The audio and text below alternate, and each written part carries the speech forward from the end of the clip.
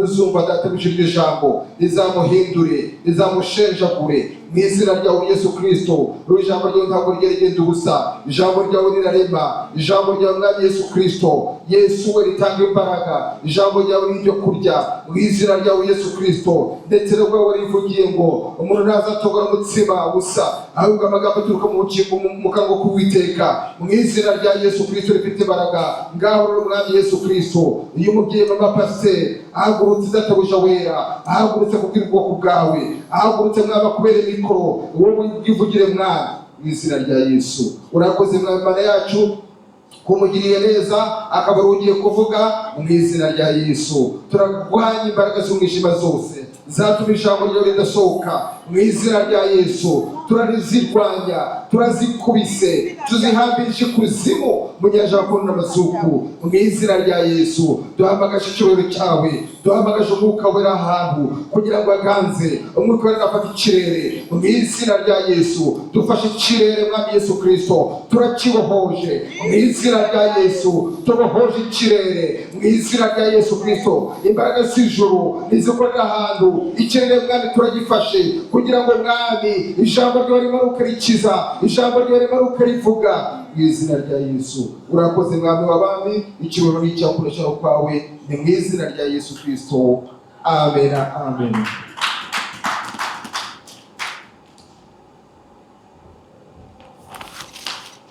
Alléluia. Amen. Ndashima Imana guhagarara imbere yanyu. Je bénis le Seigneur d'être devant vous. Ntabwo ari abantu bose bagira ubuntu bwo guhagarara imbere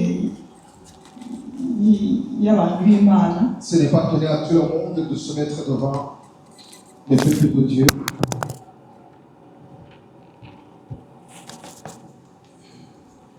Amina. Amen. Kagatabule ni gatoya cyane. Ibintu byose birahuka.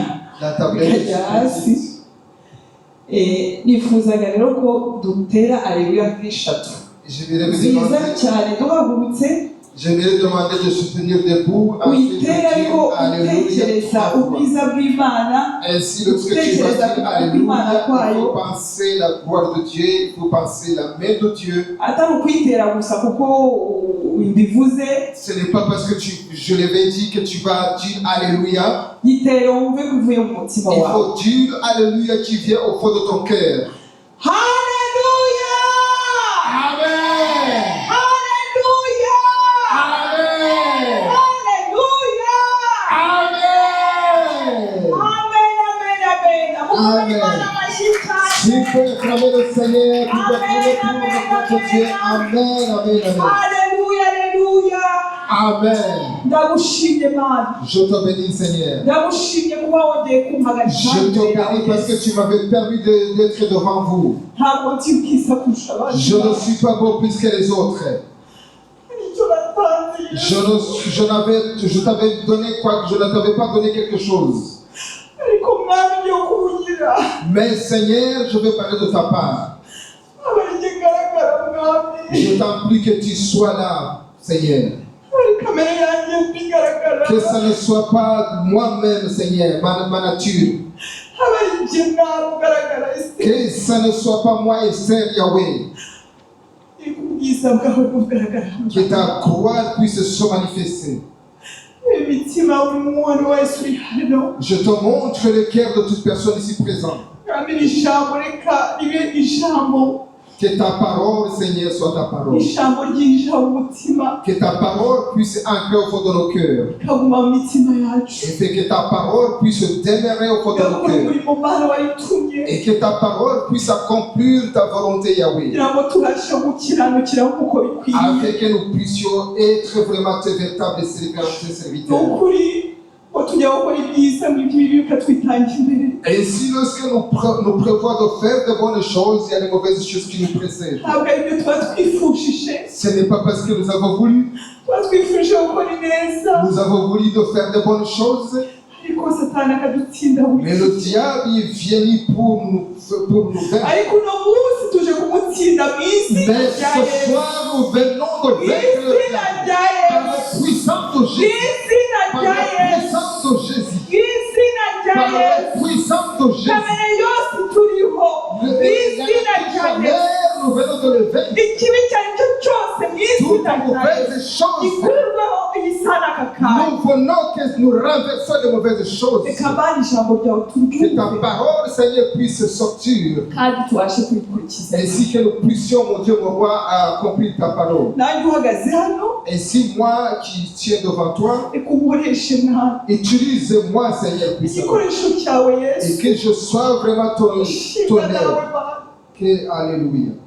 Amena. Amen. Amena. Amen. Amena. Amena. Amen. Izina rya Yesu. Par le puissant de Jésus. Amena. Amen.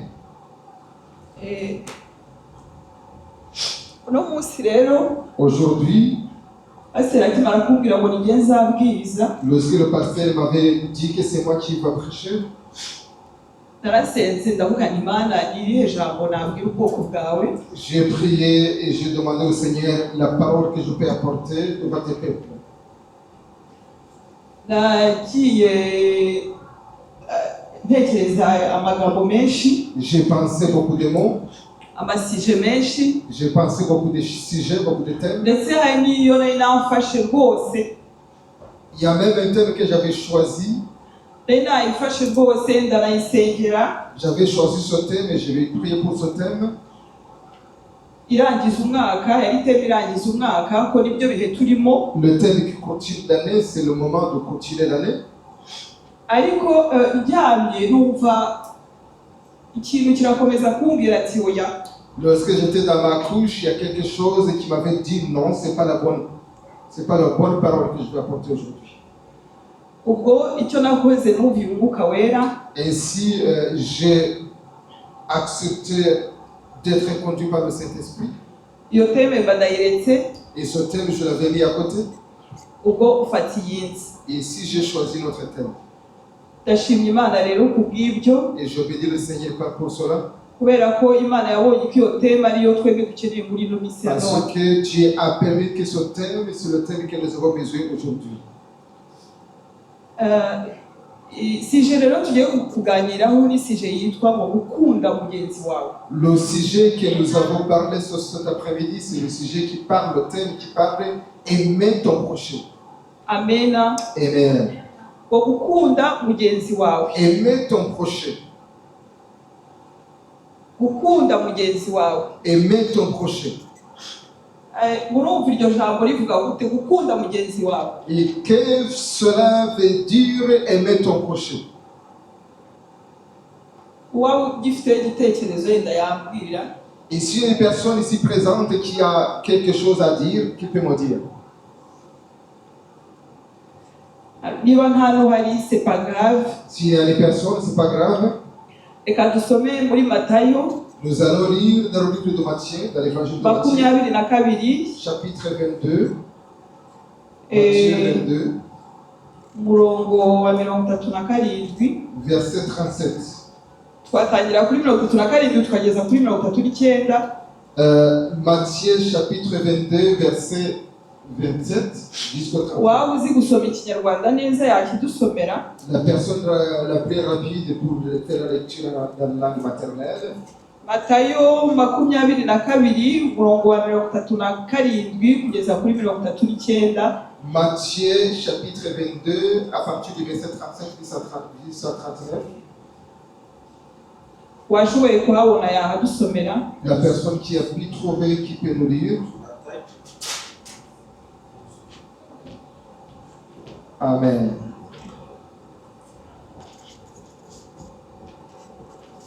Matayo 22 turava ku murongo wa 37. Reka dusome, haranditse ngo nawe aramusubiza ati kundisha Uwiteka Imana yawe umutima wawe wose n'ubwenge bwawe bwose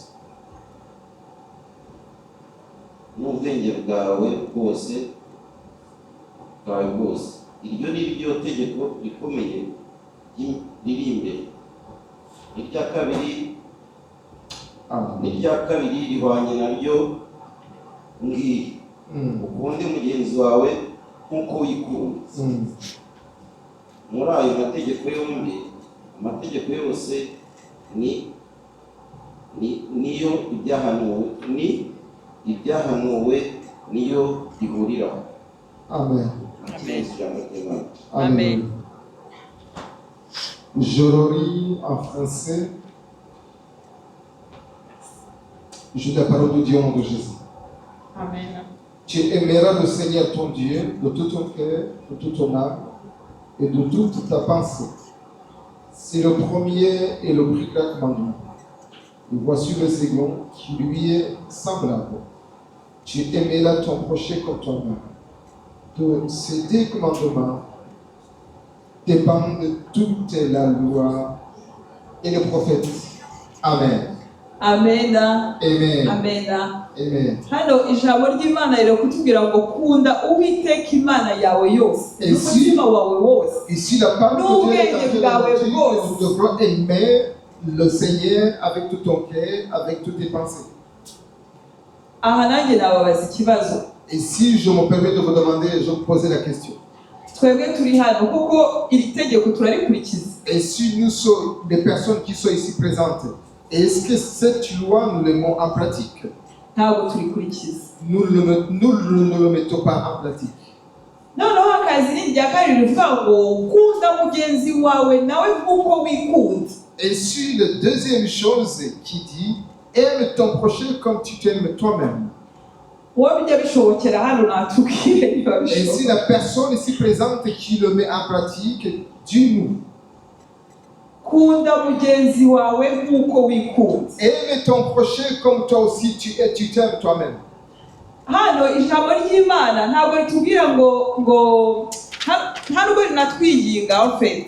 Ici la parole de Dieu n'est pas en train de nous exhorter. Nta nubwo ijambo ry'Imana riri kuvuga ngo nubishaka ukunde mugenzi wawe. La parole de Dieu n'est pas là pour te dire si tu as envie, aime ton prochain. Nta nubwo ijambo ry'Imana riri kukwinginga hano. La parole de Dieu n'est pas en train de te demander vraiment de te supplier. Hano ijambo ry'Imana riradutegeka. Ni itegeko ry'Imana. Ici, la parole de Dieu est en train de te commander. C'est un commandement de Dieu. Ni itegeko. C'est un commandement. Imana irakubwira ngo kunda. Dieu, il est en train de te dire aime. Ngo kunda. Aime. Kunda mugenzi wawe nk'uko wikunda. Aime ton prochain comme toi-même. Kunda Imana yawe. Aime ton Dieu. N'umutima wawe wose. Avec tout ton cœur. N'ubwenge bwawe bwose. Avec toutes tes Ni pensées. ukuvuga ngo n'ibyacu byose bigomba gukorera Et Uwiteka. si cela signifie que même tout ce que nous possédons doit travailler pour le Seigneur. Ni ukuvuga ngo tugomba gukunda bagenzi bacu nk'uko wikunda. Et si nous tous nous devons aimer comme nous-mêmes. Kwa kundi wumva ushobora kwigurira umwenda ukumva ko na mugenzi wawe ugomba kugurira Et pake. si comme tu te permets d'aller acheter un vêtement dans le magasin, cela veut dire que tu peux aller acheter un vêtement pour ton prochain aussi. Icyo warya wowe mugenzi wawe akarya pareil. Et si ce que tu peux manger, c'est la même chose que tu peux manger pour ton collègue peut manger. Ntabwo rero wakunda mugenzi wawe Et si tu ne peux pas aimer ton prochain, utarabanje gukunda. si tu ne peux pas être aimé. Uwadukunze rero bwa mbere ni Imana ishobora byose. La personne qui nous a aimé le premier, c'est notre Seigneur et Sauveur Jésus-Christ. Noneho hano dushobora kuvuga ngo ese gukunda mugenzi wawe Et si nous pouvons dire, est-ce que pour aimer ton prochain, cyangwa se mugenzi wawe ni nzi. et si tu peux te poser la question de savoir quel est ton prochain, Mugenzi wawe ni nzi. et si ton prochain c'est qui? Twasoma muri Luka. Et si nous pouvons lire dans le livre de Luc, aho muri Luka niho tuza kubonera umugenzi wacu Uwiteka yatubwiraga ni nzi. dans le livre de Luc, nous pouvons dire, nous pouvons expérimenter qui est notre prochain. Twasoma muri Luka ibice 10. Luc chapitre 10, umurongo wa 30 kugeza kuri 37. Luc chapitre 10 du 30e verset au 37. Tangira yenda mu Gifaransa. Et si je lis la lecture dans le livre de Luc, chapitre 10, versets 30 au 37. Je lis la parole de Dieu au nom de Jésus. Jésus reprit la parole et dit, un homme est descendu de Jérusalem à Jéricho. Il tomba au milieu des brigands qui le dépouillèrent, le chargèrent de coups et s'en allèrent, le laissant à demi-mort.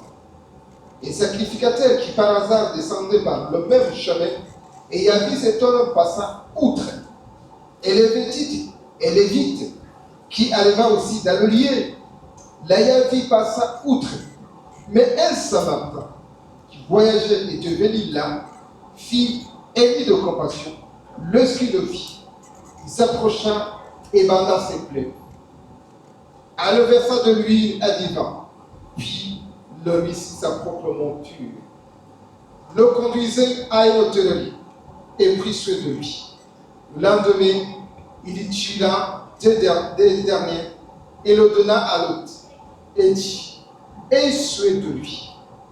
Et ce que tu dépensais là, de plus, je te rendrai à mon retour. Le cœur de ces trois te semble avoir été le prochain de celui qui était tombé au milieu des brigands.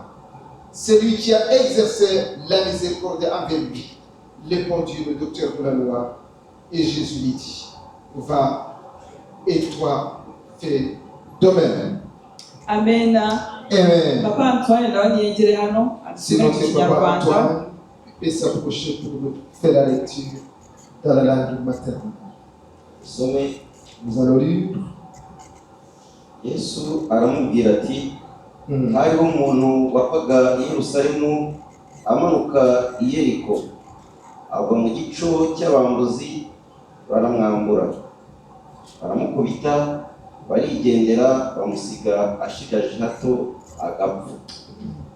31 Nuko umutambyi amanuka muri iyo nzira, amubonye arakikira arigendera. N'umulewi ahageze nawe abigenza atyo, amubonye arakikira arigendera.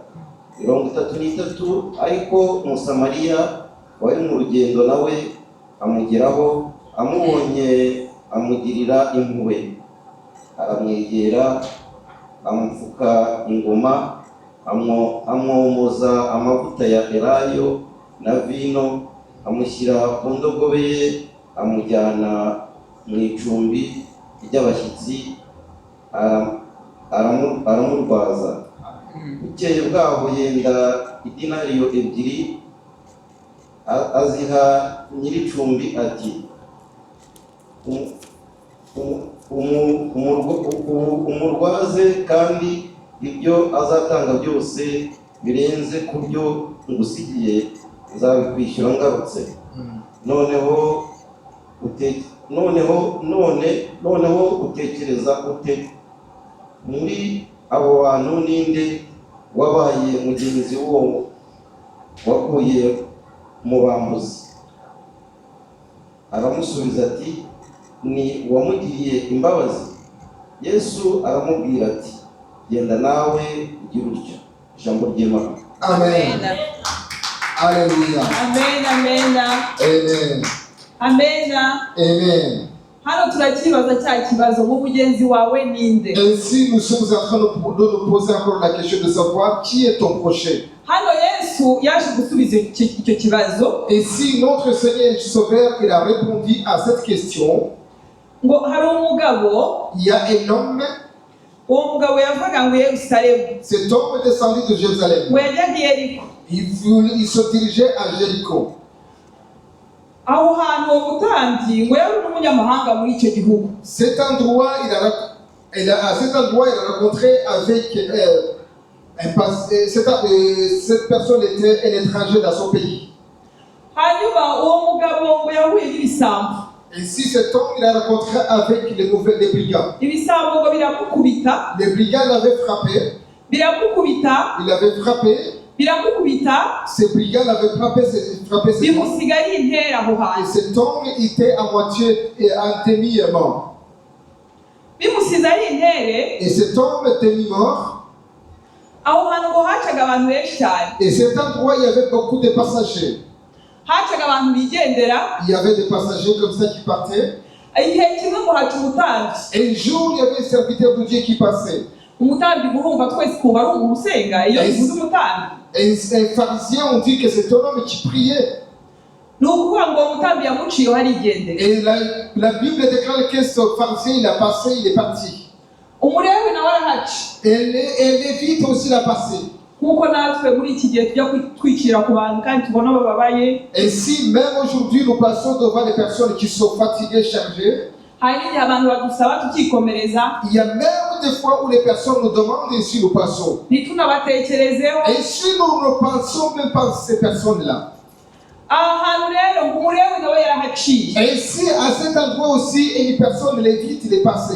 aca kuri wa muntu aho yari aryamye ahangaha Et Lévite l'a passé devant la personne qui était couchée. aho kugira ngo amufashe Au lieu de l'aider, yaramuzungurutse ye il a tourné sur cette personne. amuzungurukaho Il a tourné devant cette personne. aramureba arangije Il arigendera. a regardé cette personne et puis il s'en va. umutambyi nawe pareil Même les sacrificateurs aussi, c'est la même chose. nk'uko natwe tujya tubikora Ainsi comme nous-mêmes nous le faisons. ugasanga umuntu aryamye hariya abuze icyo arya Lorsque nous voyons des personnes qui est couchées là-bas, il n'a pas de quoi manger. ufite sekero mu mufuko Tu as même 5 euros dans ta poche. ufite n'ayarutayo Tu peux même avoir beaucoup d'argent. ariko nta kintu ushobora kumubaza Et tu ne peux pas lui donner quoi que ukamureba ce gusa soit. nawe Et tu peux le regarder aussi, tu peux le retourner. ukanamukritika ye Tu peux même le critiquer. ukanavuga ati iki kintu kiryamye hano Et tu peux dire ce qui couche là-bas. ati ubu nticyabyuka kikajya Et gukora si cette personne peut se réveiller pour aller travailler avec toi. Et si nous le faisons tout dans nos habitudes. nibyo abalewi nabo bakoze Et si c'est ce que les Lévites ont fait. nibyo n'uyu mutambyi yakoze. C'est ce que le sacrificateur a fait aussi. yazungurutse wa muntu Il a tourné la personne en question. aramuzunguruka Il a tourné. yenda yabavuze nk'uko natwe tubivuga iki gihe Et si c'est comme nous aussi nous faisons pareil. yenda bakoze nk'ibyo natwe iki gihe dukora Ils ont fait pareil comme nous le faisons aujourd'hui. turamuzunguruka ye Nous tournons la personne vraiment. nabo baramuzungurutse Et aussi ils ont tourné. ati iki kintu se nta kintu twagifasha. Ils ont dit comment est-ce que nous pouvons aider cette personne. ariko igihe kimwe Et si à un instant, haza guca umuntu il y a un passage, une personne de passage. uwo muntu ngo yari n'umunyamahanga muri icyo Cette gihe personne était même étrangère de son pays.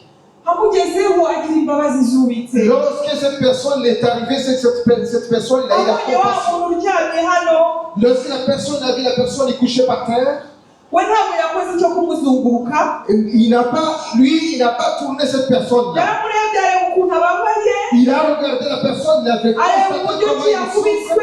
Il a regardé comment elle a été abattue. areba uburyo ki ntacyo ashoboye Il a regardé que la personne ne peut areba faire uburyo quoi que ki ce soit. agiye gupfa Il a constaté que la personne va areba mourir. uburyo ki uyu muntu ninamusoba muri iki gihe Il a regardé si la personne ne sera pas iyo sauvée. imana izamumbaza Le Dieu Tout-Puissant, il va me demander de rendre compte. uyu muntu sinamuca Et je ne peux pas passer devant la personne.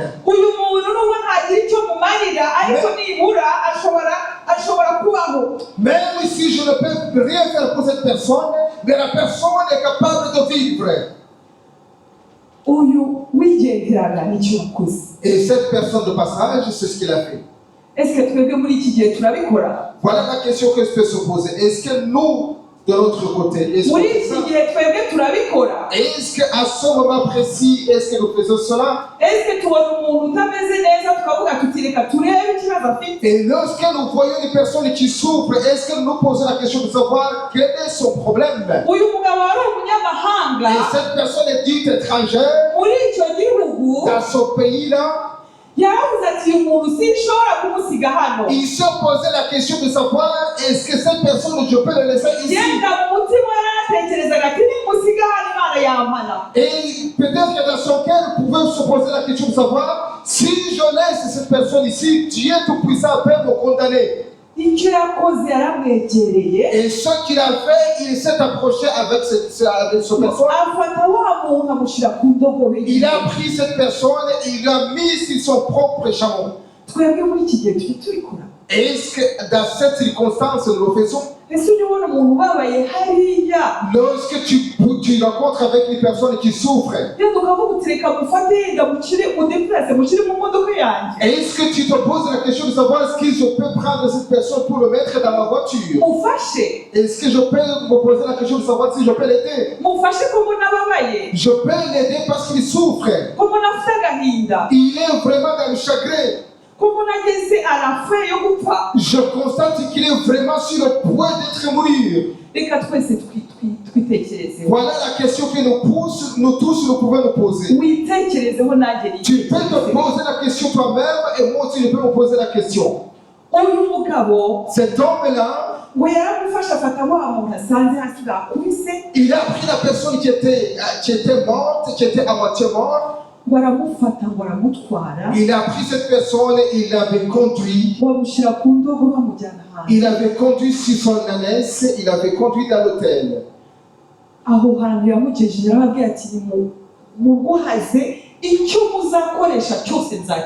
Lorsqu'il est arrivé à l'hôtel, il avait demandé à l'auberge de le prendre en charge, et s'il dépasse ce qu'il avait donné, cette personne il va lui payer. Voilà comment le Seigneur il a besoin que nous travaillions.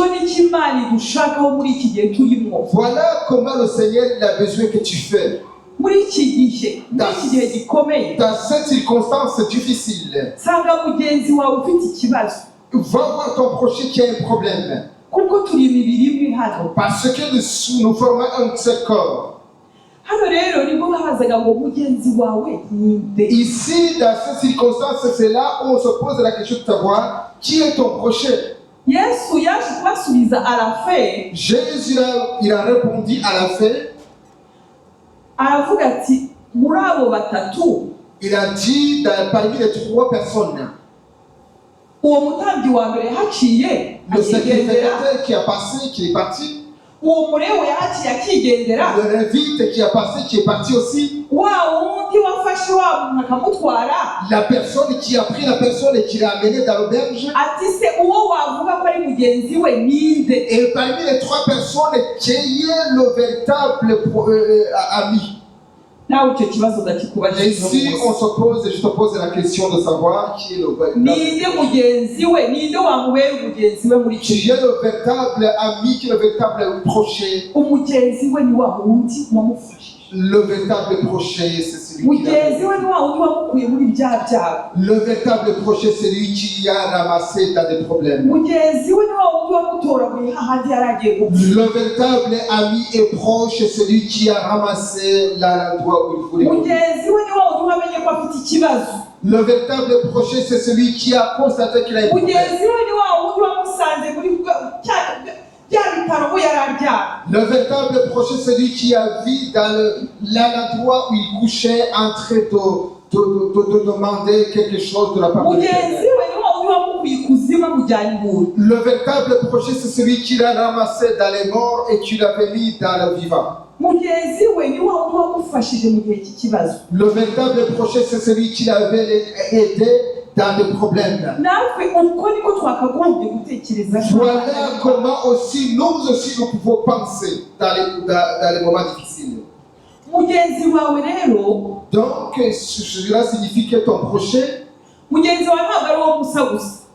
c'est celui qui te ressemble seulement. Ton prochain, c'est celui à qui vous faites des allers-retours.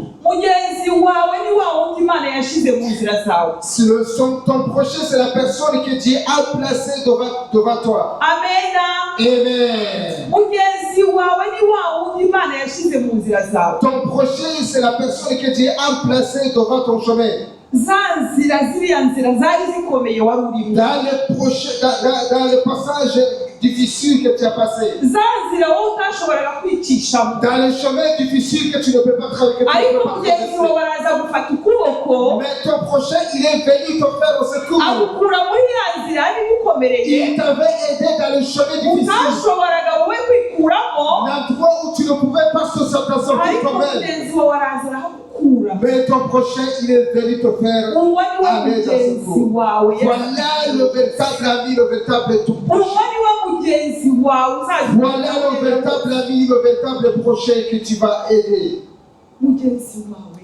Le véritable prochain. Numenya ko waburaye. C'est le personne qui constate que tu n'as pas de quoi manger.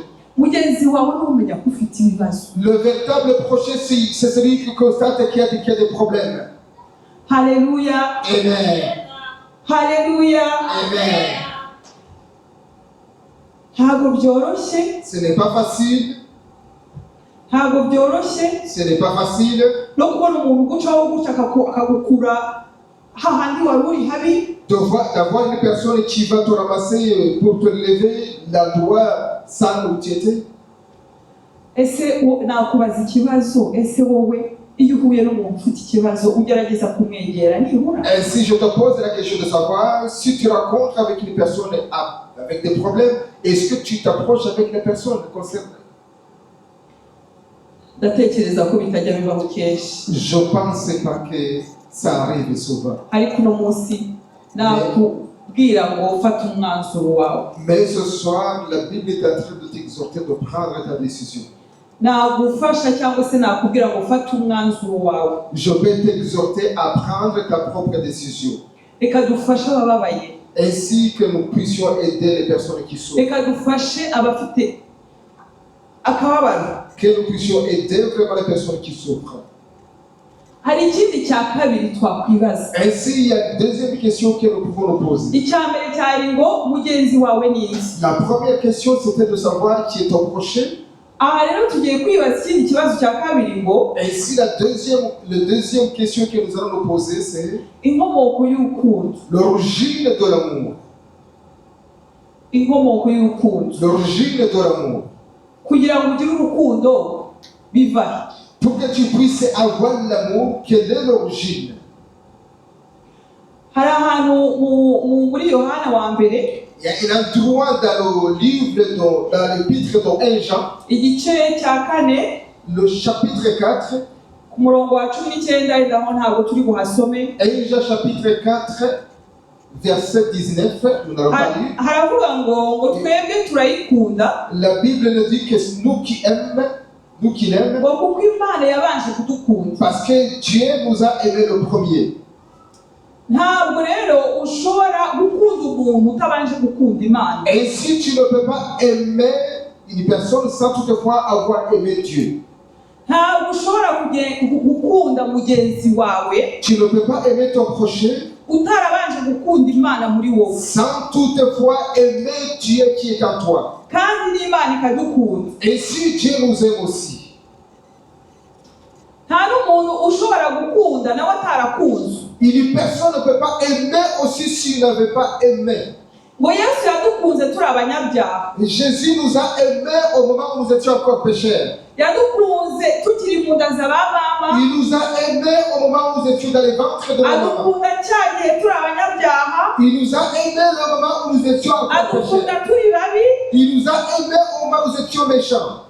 Adukunda dusanga muri bya byaha. Il nous a aimés au moment où nous trouvons dans les péchés. Ariko ntiyigeze atwirumira. Mais Dieu, Jésus, nous n'avons pas.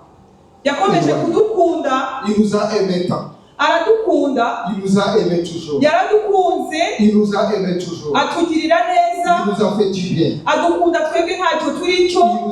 Il nous a aimés au moment où nous étions. Adukunda tudakwiriye. Il nous a aimés au moment où nous n'étions pas vraiment capables. Kandi niba warakiriye urwo rukundo, Et si tu avais accepté cet amour, ntabwo ushobora kurwimutsa. tu ne peux pas Ni l'empêcher. ibintu bizana automatikement. C'est des choses qui arrivent automatiquement. Kuko wamaze kumenya urukundo rw'Imana Parce urwo ari que tu as connu l'amour de Dieu qui est iyo là. wamaze kumenya urukundo rw'Imana, Si tu avais vraiment connu l'amour de Dieu, nawe urukundo rutanga gratuité. et si tu donnes gratuitement cet amour, ukunda umuntu atanabikubwiye, tu aimes la personne sans toutefois qu'il te le demande. kubera uko uzi ko ari ikiremwa cy'Imana Parce que tu yakunze, sais que c'est vraiment un ouvrage de Dieu. nawe ukamukunda. Et si tu l'aimes aussi, Icyo ni cyo Imana idusaba. voilà ce que le Seigneur nous demande. Bene data, nimureke dutangirane Ainsi, mwaka bien aimé dans le Seigneur, nous pouvons dufite commencer l'année intego avec un objectif, dufite intego. avec un objectif. Urukundo rero ntabwo ari amagambo gusa. L'amour, c'est pas vraiment les mots. Urukundo ntabwo ari amagambo. L'amour, c'est pas vraiment les mots. Urukundo ni ibikorwa. L'amour, c'est les actes. Hari umuntu ukorera ibikorwa Il y a une personne que tu mets, akishima kurusha uwamubwira ngo ndagukunda. il y a une personne que tu fais et tu montres des actes et il va aimer parce que tu as vu, il a vu les actes. Gukunda umuntu nta bikorwa ntacyo bivuze. Le fait d'aimer une personne sans les actes, ça ne veut rien dire. Ntabwo bibaho. Ça n'existe pas. Hari ahandi hantu muri Yakobo batubwira Yakobo 2 Dans le livre de Jacques 2, mu byandike yenda murabisomera mu rugo. dans le livre de Jacques 2, si vous pouvez noter quelque part, vous avez Yakobo 2:17 dans le livre de Jacques 2, chapitre 2, verset 17. haratubwira ngo ukwizera kudafite imirimo kurapfuye. Et la Bible me dit, la foi sans les actes, c'est une foi morte. Ukwizera kutagira imirimo kurapfuye. La foi sans les actes, c'est la foi sans les œuvres. Ni bya bindi tubwira umuntu ngo turamukunda ariko nta mirimo y'urukundo dufite. C'est des choses que nous déclarons devant nos amis et puis il n'y a pas les œuvres, c'est une foi morte. Nta n'ukwizera wagira udafite imirimo. Tu ne peux pas avoir la foi sans les œuvres. C'est pas possible. Urukundo rero turugaragariza muki. Et si le fait d'aimer, comment est-ce que nous pouvons le témoigner? Imirimo yacu rero nk'abakristo Nos œuvres comme les enfants de Dieu, ngo ni ugufasha ufite ikibazo. c'est aider une personne qui est dans le besoin. Umuntu ufite ikibazo ukamusanga ukamufasha. Une personne qui est dans le besoin, il faut que tu t'approches à la personne. Ukamufasha. Et ainsi que tu aides la personne qui est dans le besoin. Ugize n'amahirwe noneho akakwegera. Et si lorsque tu as de la chance, si la personne va s'approcher de toi, Ntekereza ko ari amahirwe yo ngayo. c'est vraiment, je pense que c'est vraiment le véritable Uwo chance. uyo muntu niyo akwegereye Si cette personne va t'approcher de toi, nuko aba afite confiance parce yawe. que la personne va t'approcher de toi parce qu'il a confiance en toi. Kandi nuko aba abona icyo kintu ko ugishoboye Parce que kugikorera. la personne constate que tu es capable de faire cette chose. Gufasha abafite ibibazo. Aider les personnes qui sont vraiment dans le besoin. Nimureke twitange. Laisse-nous vraiment s'emporter Dufashe abafite ibibazo. pour aider les personnes qui sont dans le besoin. Ibindi bikorwa byacu by'abakristo Et sur les autres choses comme les enfants de Dieu, nko gusura abarwayi si nous pouvons aller aider les personnes malades, tugomba gusura abarwayi. nous pouvons aider les malades. Abarwayi tuzi, Les malades que nous connaissons, abarwayi tutazi. les malades que nous ne connaissons pas. Kera ndabyibuka turi muri korali mu Rwanda, Avant, à l'époque où j'étais dans le Kora au Rwanda, twajyaga twifata nka korali tugakotiza amafaranga nous mettons ensemble, nous cotisons ensemble, tukagenda mu bitaro hariya za CHK, nous partons dans l'hôpital CHK, tukagenda tugafasha abantu mu bitaro, nous partons pour aider les personnes malades à ariko l'hôpital. tukabafasha dufite na bite yo kubabwira ijambo ry'Imana. Et nous l'aider aussi avec un objectif Ibyo bintu byari byiza cyane. Ces choses étaient vraiment des choses. Abo barwayi bavaga mu bitaro niyo bakiraga bazaga kudushaka aho turi. Et lorsque les personnes sortaient à l'hôpital, ils venaient nous chercher où nous sommes. Bazaga kudushakira aho dusengera. Ils venaient nous chercher là où nous prions. Nimureke dusure abarwayi. Et si, bien aimé, il faut que nous visitons les malades. Ikindi cya gatatu, Troisième chose, nimureke duhumurize abababaye. et si que nous pouvons donner un esprit, Duhumurize abababaye. et si nous pouvons aider les personnes qui sont dans le besoin, Guhumuriza ubabaye pour aider les personnes qui souffrent, ni ukumuha inama. pour lui donner des conseils, Inama zikwiriye icyo gihe mu gihe ari les conseils appropriés avec le temps dans lequel nous izo passons. nama twese tuba tuzikeneye. Nous avons besoin de tous ces conseils-là. Hari igihe ugera mu kibazo Il y a des fois tu rencontres avec un problème, uhura n'ikibazo uvuga uti se iki kibazo cyanjye aho ndagifata gihenze. tu rencontres avec un problème, tu te poses la question à qui je peux charger ce problème-là. Ariko iyo hagize umuntu ukwegera Et si lorsqu'une personne s'approche de toi, uramubwira akaguhumuriza. Tu dis à la personne de te donner le souffle. Iyo aguhumurije nawe uratuza. Si la personne te donne une parole bienveillante, Nubwo icyo kintu kitasubizwa, même si tu n'arrives pas à avoir la bonne solution à ce moment-là, ariko nibura urahumurizwa. mais tu y es conforté. Ugategereza ubushake Tu es bw'Imana. conforté et tu attends la volonté de Dieu. Amena. Amen. Icya kane ngo ni ugutanga aho dushoboye. La quatrième chose, c'est pour aider ce que nous pouvons.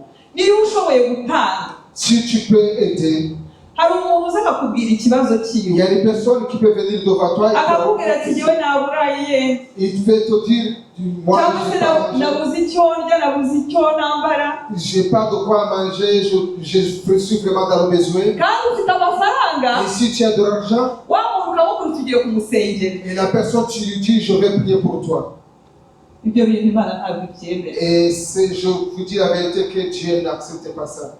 Kumusengera simbyanze, Le fait de prier pour la personne, c'est pas mauvais. ni ibyo kumusengera, C'est vraiment bien de prier pour lui.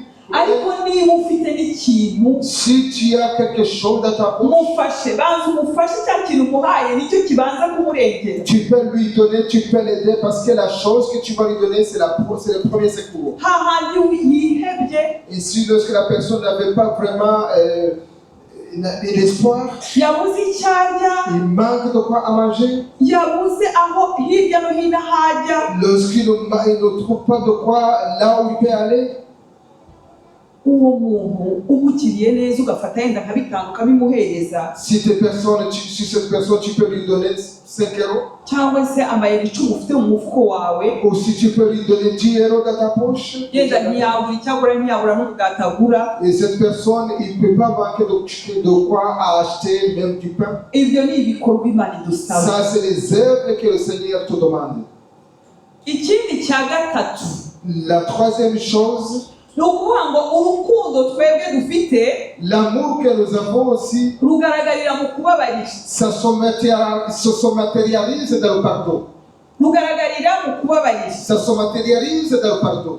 Twasoma kandi mu Baefeso, Si nous pouvons lire la Bible dans le livre d'Éphésiens, cyangwa se ntitwasome Efezi, muhandike Abaefese 4:32. Éphésiens 4, verset 32, nous pouvons lire dans nos maisons. Urukundo rurababarira, L'amour pardonne tout. urukundo rurababarira. L'amour pardonne tout. Haravuga ngo urukundo rutababarira si urwa Kristo. L'amour qui ne pardonne pas ne vient pas de Christ. Iyo ufite urukundo rero Si tu as l'amour vraiment, ubabarira facilement, tu pardonnes facilement. urababarira. Tu pardonnes. Na wa muntu atagusabye imbabazi, Même la personne qui ne t'a pas demandé pardon, uramubabarira, tu le pardonnes. uramubabarira automatiquement. Tu le pardonnes par Kandi ataje kugushaka même s'il ne vient pas te chercher ngo agusaba imbabazi. pour te demander pardon. Kuko kenshi twebwe abana b'abantu tuba dutegereje ngo uriya muntu ngo niba ufite ikosa, Parce que nous les, en tant qu'être humain, nous pensons que la personne, c'est la personne qui est fautive. uriya muntu afite ikosa, La personne est fautive.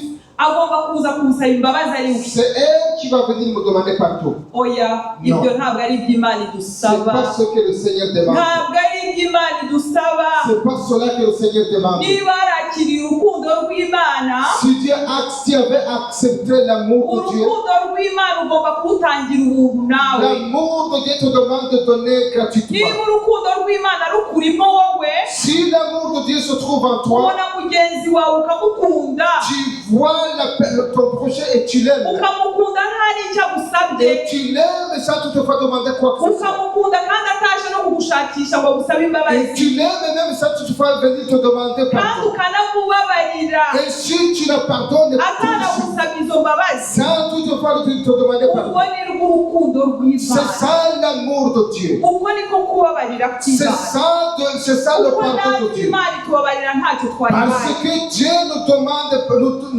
nous accorde le pardon sans toutefois. kuko turacumura uko bukeye n'uko Parce bwije, que nous péchons tous les jours. ariko Uwiteka aratubabarira. Mais Dieu, le Seigneur, nous pardonne. None se Imana niba yaratubabariye twebwe Si turi Dieu abanyabyaha nous a pardonné en tant que les pécheurs, kuki se twebwe tutababarira abandi pourquoi nous ne pouvons pas accorder le pardon à ceux qui nous demandent le pardon? kandi bataje kudusaba izo mbabazi Même si nous ne pas nous demander pardon, kuki tutabikora pourquoi nous ne pouvons pas faire cela?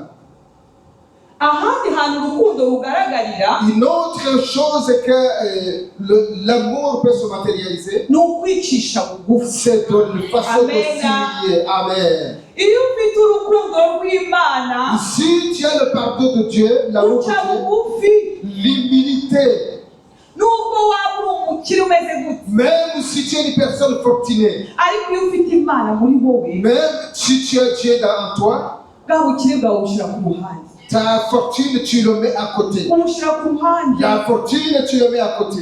ugaca bugufi Et tu t'humilies. ugaca bugufi imbere Et y'imana tu t'humilies devant notre ukabwira Seigneur. imana ati nje imbere yawe ciye Et tu dis à notre Seigneur, je viens devant toi avec toute mon humilité. Malgré tout ce que je possède, marigire nubwo ntawe saba malgré que je demande une personne à côté, ariko nciye bugufi mais je m'humilie devant toi, Seigneur. aho niho urukundo rugaragara Voilà le fait de la matérialisation. kandi aho niho bazatumenyera abo turi bo Voilà où on va voir ce que nous sommes. niba koko turi abakristo Si nous sommes réellement les enfants de Dieu. amena Amen. amena Amen. guca bugufi ni ikintu cy'ingenzi cyane L'humilité, c'est une bonne chose. ukabana n'abakene ukabana Et n'abakire le fait de vivre aussi avec les riches et les pauvres. ukabana n'abarwayi ukabana n'abatarwayi Tu peux vivre avec les malades et les personnes qui ne sont pas malades. wagera mu bakene ukamenya uburyo ugomba kwitwara muri abo Lorsque tu bakene arrives parmi les personnes pauvres, l'humilité te montre comment tu peux vivre avec les pauvres. wagera mu bakire nabwo ukamenya uburyo ki ugomba kubitwaramo Lorsque tu arrives parmi les personnes riches, ça te montre comment tu peux vivre avec les personnes riches. mu bafilipi 2:3 Dans le livre de Philippiens 2:3, haravuga ngo kwigira hasi ukareka kwibona le fait d'avoir l'humilité ukareka n'ubwibone et de rejeter l'orgueil utekereza ko wowe uruta abandi bose et tout en pensant que toi, tu ne dépasses pas les autres. ibyo bintu turabigira pe Et ces choses elles sont toujours au milieu de toi. wowe ukibona ko uri umuntu w'igitangaza Toi, tu constates que tu es une personne extraordinaire kubera ko yenda ufite imodoka nziza parce que tu as une belle voiture, cyangwa se yenda wambara neza parce que ibintu bihenze tu portes un bon vêtement cher, kuko petete uri umukire parce que tu es trop riche, ukumva ko ugomba kuruta abantu bose ainsi que tu penses que tu peux dépasser les autres. oya Non. nimureke tureke ubwibone Ainsi, il faut kuko abandonner l'orgueil. ubwimora imana ntabwo Parce ibukunda que Dieu n'aime pas l'orgueil. imana ntabwo ibukunda Dieu n'aime pas l'orgueil. imana ntabwo ikunda ubwibone Dieu n'aime pas l'orgueil. imana ntabwo ikunda abibone Dieu n'aime pas les personnes orgueilleuses. tugiye kureba rero ikintu kitwaka urukundo muri twe Nous allons avoir des personnes qui nous empêchent d'avoir de l'amour. tugira ibintu byinshi Il y a beaucoup de choses que nous avons. gishobora gutuma utagira urukundo muri wowe Les personnes qui ne nous permettent pas d'avoir de l'amour.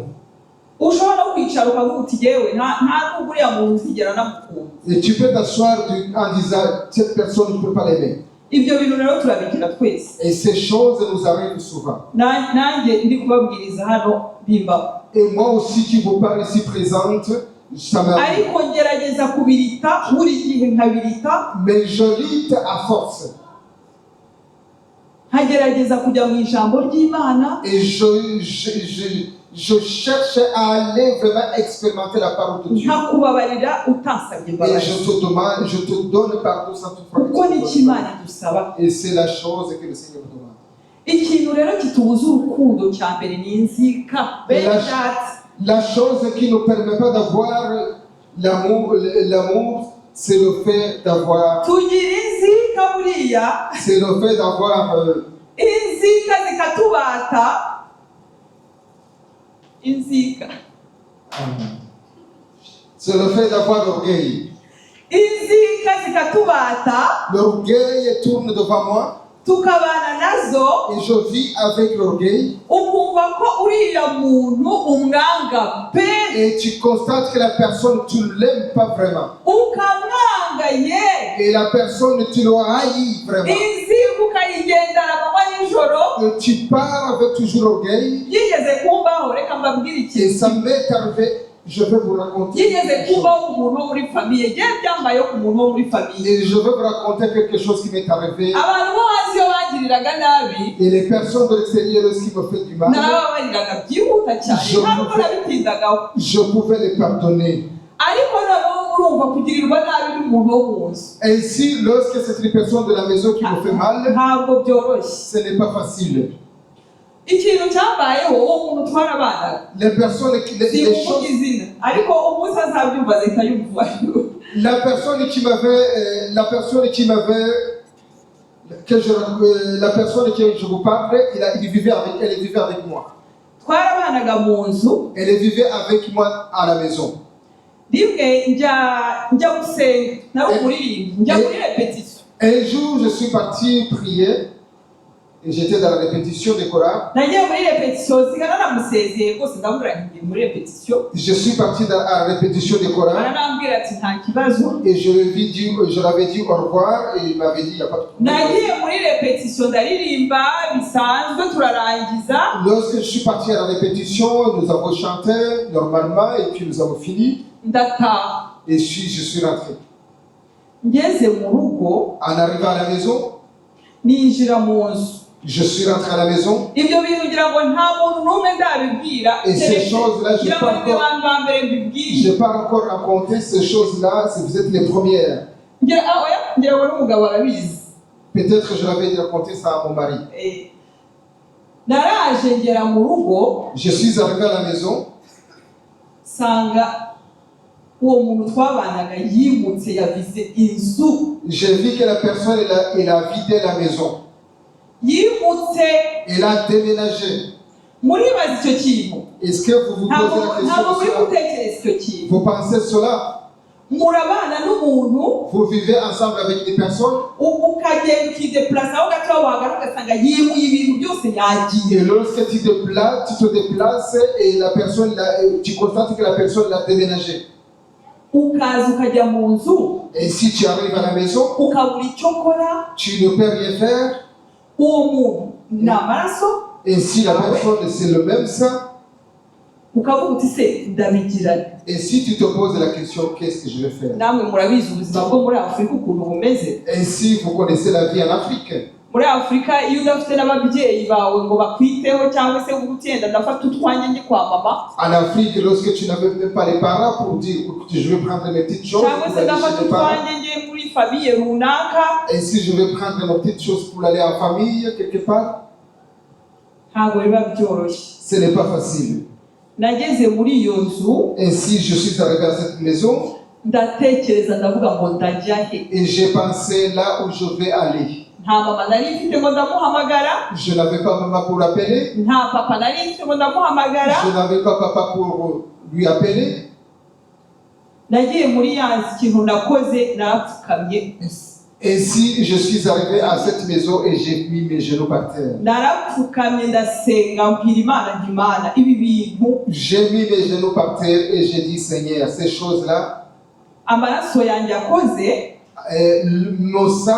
le sang, ma famille qui l'avait fait, nari nagiye mu murimo wawe, je suis parti pour faire ton œuvre. ntabwo ari ibibi nari nagiyemo. Je ne suis pas parti pour faire n'importe quoi. Saba Imana ngo mpa kwihangana. Et j'ai demandé à Dieu de me donner vraiment la sagesse. Nasabye Imana kwihangana. J'ai demandé à Dieu de me donner la patience. Nagiye njya gushakisha umuvuzi wari aho imbere yacu. Et je suis parti pour chercher un voisin à côté de nous. Uwo muvuzi yasengeraga muri restoration, yari n'umuntu ukomeye muri restoration ya Kimisagara. Et le voisin, il priait à l'église de Restoration Church à Kimisagara. Kuko naribazaga nkavuga nti se ndabibwira nde, ndagira nde, ndahamagara nde. Je me posais la question de savoir qu'est-ce que je peux appeler Ndarara n'imatera nararagaho yari yayitwaye. et qui je peux appeler parce qu'il avait tout apporté, même le matelas que je dormais. Il avait ndaryama hehe ntaho mfite ho kuryama. et je peux dormir où je n'avais pas l'endroit. Ikintu yasigaje mu nzu ni imyenda yanjye gusa. La seule chose qu'il a laissé à la maison, c'est juste mes vêtements. N'ibintu byo gutekeramo n'ibiki byose yari yatwaye, nta kintu na kimwe yasigaje mu nzu. Même les ustensiles de la cuisine, il a tout apporté. Ubwo nashakishije uwo muvuzi aho, J'ai cherché le voisin uwo muvuzi ndamutekerereza ibimbayeho, et j'ai raconté à mon voisin tout ce qui s'est passé. ariko musaba ese waba ucumbikiyeho gatoya Et tout en kugira lui ngo demandant, wenda nshakisha aho nzashakisha ahandi hantu nzajya kuba. tout en lui demandant, est-ce que tu peux me loger et tu peux avant en fait que je peux trouver un endroit où je peux loger. Uwo muvuzi igisubizo nacyo yampaye yarambwiye ati ntabwo bishoboka. Le voisin il m'avait répondu que ça ne peut pas être possible. Ati ntabwo ngewe nakubonera ahantu uryama. Je ne peux pas te trouver un endroit où tu peux dormir. Kandi yari famiye yifashije, Ainsi, c'était vraiment une famille un peu à l'aise, imeze neza, une famille à l'aise. ahubwo ikintu yankoreye Mais la seule chose qu'il avait fait pour moi, yanyohereje kundi mukobwa nawe wibanaga. il m'avait envoyé sur une autre fille aussi qui vivait toute seule. Arambwira ati genda ujye kubwira uriya mukobwa yenda ashobora kuguhereza ahantu urara. Et il m'avait dit que cette fille il peut te donner un endroit où tu peux loger. Uwo mukobwa nari muzi ko twasenga nk'abantu turirimbana, twaririmbanaga muri korali. Cette fille, je la connaissais parce que on chantait encore dans le même chorale. Nangaga kubibwira korali cyangwa se kugira ngo ntibigende bigere mu itorero mo imbere.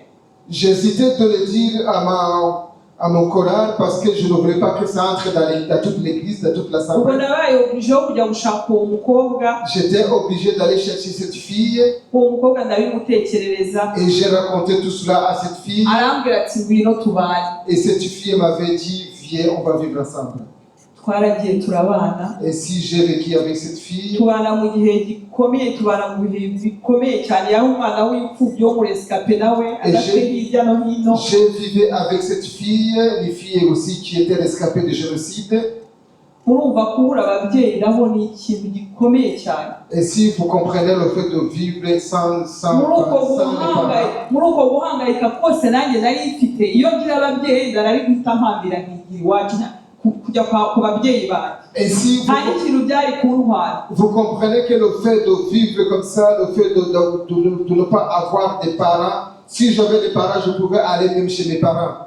Ariko ikintu nakoze ni uko nabwiye Yesu ngo ngwino osekubu yanjye. Ainsi, la seule chose que je dis au Seigneur, c'est que je dis, Seigneur, viens à mon secours. Icyo kintu rero cyaragiye kiramunganye. C'est la seule chose qui m'avait persécuté.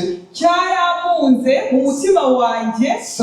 Ça bouillonnait dans mon cœur. Nibaza ukuntu umuntu amaraso yawe ashobora kukugira ibyo bintu. Et je me demandais comment les personnes qui de même ça qui peut me faire cela. Ngatekereza ukuntu jyewe ntashobora kubikora ibyo bintu, ntashobora no kubitekereza mu mutwe wanjye. Et je pensais comment moi-même je ne peux pas faire cela dans mon cœur. Nagiye no kumenya amakuru, menya ko yimukiye ahandi hantu haruguru y'iwacu, haruguru y'aho hantu twaba.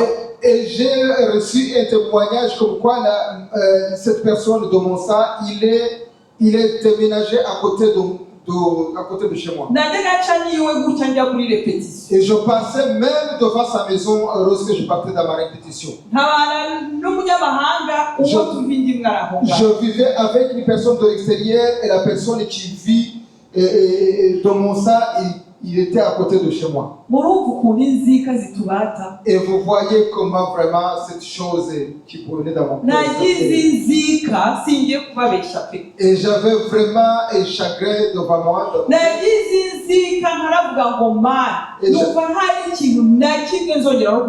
J'avais un chagrin de mon cœur de façon que je me disais, cette personne, je ne lui demanderai jamais quoi que ce soit.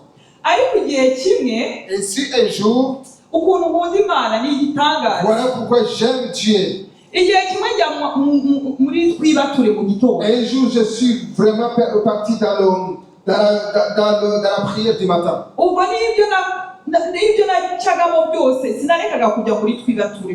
Même les choses que je traversais, ça ne m'empêchait pas d'aller vraiment dans la prière du matin. nagiye muri twibature mu gitondo et je suis parti dans la prière matinale. umuntu wigishije wagira ngo ni jyewe Et la personne qui a prêché ce jour-là, on dirait elle a prêché sur moi. uwo munsi ngira ngo simbizi hariya yandose niba byari byagenze gute Et ntabwo cette mbizi journée-là, on dirait que la personne, elle avait vraiment vu ce que je traversais. uwo muntu ntiyari azi situwasiyo yanjye La personne ne connaissait pas ma situation. n'ibintu nari narahishe na eglise C'est des choses que je n'avais même pas révélées à l'église. korali yanjye nayo batangiye kubimenya kubera uwo mukobwa twari dusigaye tubana Même dans mon chorale, on n'avait pas vu, on ne connaissait pas même ces choses. ku buryo nabo muri korali barambaze gati se kuki ubana n'uriya murumuna wawe uwo mufite imwe ari hariya Même les membres de mon chorale, lorsqu'ils me posaient la question, pourquoi tu vis avec la personne alors que la personne est ta sœur? iyo abantu rero bambazaga gutyo nibwo nagiraga na ende imwe ikomeye cyane Lorsque les personnes me demandaient cela, c'est là où je continue à avoir beaucoup de haine. uwo munsi rero uwo muvugabutumwa aranyigishije Ainsi, ce journée-là, le serviteur de Dieu, aramvuga kuno kugeza il m'avait parlé depuis le jambe jusqu'au chevet. uwo munsi nibwo nahise nicara hasi Ainsi, cette journée-là, c'est là où je me suis mis à côté. nicaye hasi Je me suis mis à côté pour demander saba pardon. imana imbabazi Je me suis mis à côté pour me questionner. saba et imana demander imbabazi pardon. kuri ya nzika nagize Et je me demandais pardon pour la haine que j'ai. murumva ahantu dushobora kujya mu kuzimu Est-ce que vous voyez les commentaires? akantu kameze gutya akaba ariko kakubuza ijuru Une petite chose peut t'empêcher d'arrêter le rôle de Dieu. ikindi kintu cyatubuza ni urwango Une chose aussi qui nous empêchait, c'est ukanga umuntu ntari icyo agutwaye le fait de ne pas aimer ton frère. ukabona jitse umuntu hariya cyangwa nka mama wacu hano ukavuga ati uriya mukecuru ndamwangaye Et le fait de voir une personne, tu dis, la personne, je n'aime pas.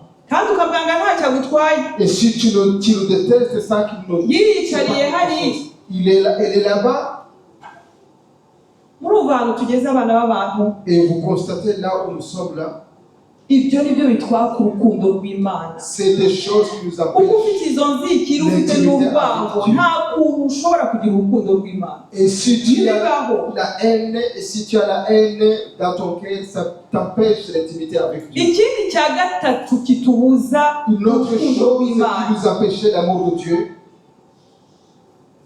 gucira abandi imanza c'est détester ton prochain. dufite uburyo ki ducira abantu imanza Détester ton prochain, uriya muntu ukamwicaraho ukamubwira uti uriya muntu ni umunyabyaha détester ton prochain jusqu'à ce que tu dises c'est une uriya muntu ni umunyabyaha Tu dis la personne, c'est une personne pécheresse. ntacyo wowe ntabwo ari twe tujija C'est pas nous qui doit juger. ntabwo ari twe tujija C'est pas nous qui doit juger. ntabwo ari twebwe C'est pas nous qui doit twe juger. twajya tureka imana akaba ari Il yijije faut que Dieu juge.